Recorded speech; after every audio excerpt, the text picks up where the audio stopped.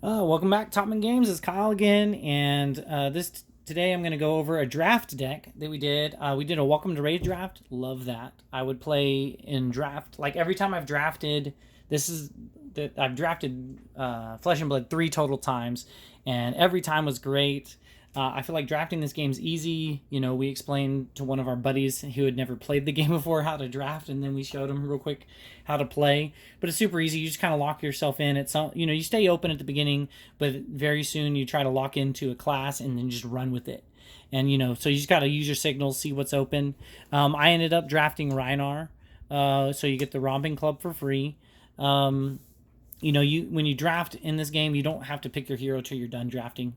So you don't need to lock in. You don't have to draft your hero. Like, you get access to all four when you play. Equipment wise, I had a Heart and Cross Strap, Goliath Gauntlet, and a Snapdragon Scaler. So that was actually a pretty good equipment lineup that I managed to pick, and worked out pretty well for me. Good cards I had.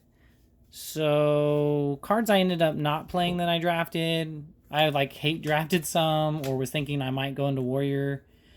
These aren't the worst cards because they have 6 or more attack, but I just drafted so many cards with 6 or more attack because that's one thing I know about Brute, is that you just want to swing, swing, swing, and you want to intimidate, and you need as many cards in your deck as possible with 6 or more attack. So, best card in deck, Drone of Brutality, banned for a reason, card's amazing. It swings, this is the red one, so it actually has 6 attacks, so it's great in Brute. Would play this again for sure.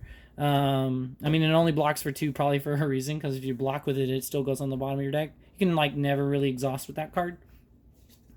They would need to somehow banish it, and because it's a replacement effect, so they can't even banish it from your graveyard when it hits. Let's see. I played Unmovable. I don't know why I played Unmovable. I think I was also trying to play as many cards in my deck as possible, and it actually really came down to that. So yeah, cards in my deck, I have 1, 2, 3, 4, 5, 6, 7, 8, 9, 10, 11, 12, 13, 14, 15, 16, 17, 18, 19, 20, 22, 23, 24, 25, 26, 27, 28, 29, 30, 31, 32, 33, 34, 35. So I had 35 cards in my deck, and you only have to play 30, but I played against it came down to the wire once where the extra cards really helped. So I played a Drone and Unmovable, and I think that's all my generic cards. Literally the rest of my deck is Brute. This was a great draft deck. No one was any. The only other player that was in Brute was was newer, so they didn't really know, I don't think, how to draft Brute as well. I had a red and a blue Awakening Bellow, which is okay. I like that it costs 1, so you can go ahead and pitch a card you don't want to discard when you play this. So that's the one drawback to Primeval Bellow, which I had 2 red, a yellow, and 3 blue Primeval Bellow, because it says as an additional cost, discard a random card, and it costs 0, and you want to lead with it because it has Go Again, says your next Brute attack this turn gains plus 3, 4, or 5 attack. Well, if you have another non-attack action, you can't pitch it. If you open 2 of these, you can't pitch one. You're going to have to maybe risk discarding it. So I don't like that, because then you're less likely to proc your Intimidate, and you kind of want to just play the second one. So if you open Awakening Bellow with end this, then you can pitch this to play Awakening Bellow and then go ahead and move forward with your turn. Same thing with this, with the Barraging Beatdown. The good news is that this doesn't discard a random card, so you can just lead with Barraging Beatdown because it costs 0. And it says your next blue attack this turn against while it's defended by with less than 2 non-equipment cards. It has plus 2 attack, and it has Intimidate just inherently and Go Again. So I had 3 of the blue ones of those. This is a super rare. It's pretty good. It defends because you can intimidate them on their turn, I think. I don't think it says on your turn. No, this says your action phase. I was thinking that was the thing. So he won't proc, but you can defend with this. But if you do discard something 6 or more, you poke them for 2. You could randomly win the game because it's not even arcane damage. So I don't think there's any way in the format to prevent that. So if you get them down to 1 or 2, you could randomly just kill them when they go to swing at you. So it's pretty good. It's a super rare, probably for a reason. Savage Feast, I had a blue one. Okay, so this card is just so good. Like, this is one of the one card in your deck that is an attack. That and a Breakneck Battery that don't have 6 or more attack. Because you want most everything to have 6 attack. But you can lead with this. Because it discards a random card. If it discard a card has 6 or more, draw a card. So it's not bad. And it pitches for blue, so... Savage Feast. Okay, Savage Swing. I played 2 red and 2 yellow. I might have drafted... Or I don't even think I bothered drafting blue because blue swings for 5, and I don't even want that in my deck.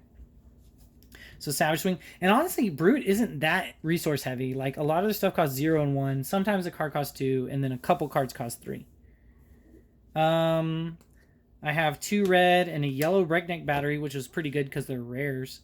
And then if you discard a bigger card, it gets go again. So this can be good. This can sometimes be good. It's not the best. I don't even understand why it's a rare. It's not that busted. Pack Hunt. I had 2 red Pack Hunts just because they have 6 swings for 2. It has Inherent Intimidate, so you don't even have to bother with discarding random cards. Like, which can be good sometimes because, like, if you want to block and then all you have is like a yellow or a blue in this card, you can still like actually play an attack. Because, like, some of them, like Wrecker Romp, which I have a lot, the rest of my deck, or here, I play 2 Yellow Smash Instinct, which is nice because it pitches for 2, but it's also yellow, but it still has 6 attack. It costs 3 to play, though, so you usually don't play it. But I have so many Wrecker Romps in my deck. I have 4 red, 3 yellow, and 2 blue Wrecker Romps. And the nice thing about Wrecker Romp is even the blue one has 6 attack. So... I ended up going 2-1, but I only lost because I think I misread a card that my opponent did that last turn. If it's the card I'm thinking of, if it's Breaking Scales, because I think, but I think it wasn't Breaking Scales. It was some other card. I just should have paid attention at their equipment, and they got in for 1 damage. But the draft was great. Like, I highly recommend draft, and Brute was a good draft deck. Ninja seems good if you can get the right combo cards. Or just good cards in general, like Flick Flack is obviously an amazing card. I know Ninja can stall, but I think Flick Flack's a rare, so the odds of that happening is lower. But I would definitely recommend it if you're I would organize a draft, or if your store is doing a draft, then I would join in if you like, you get to open packs and have a good time. I would definitely recommend it. But again, this is Kyle with Talkman Games. Go ahead and like or subscribe if you want to buy or sell cards. Go to topmintgames.com or send us a message. Thank you for watching. Have a good day.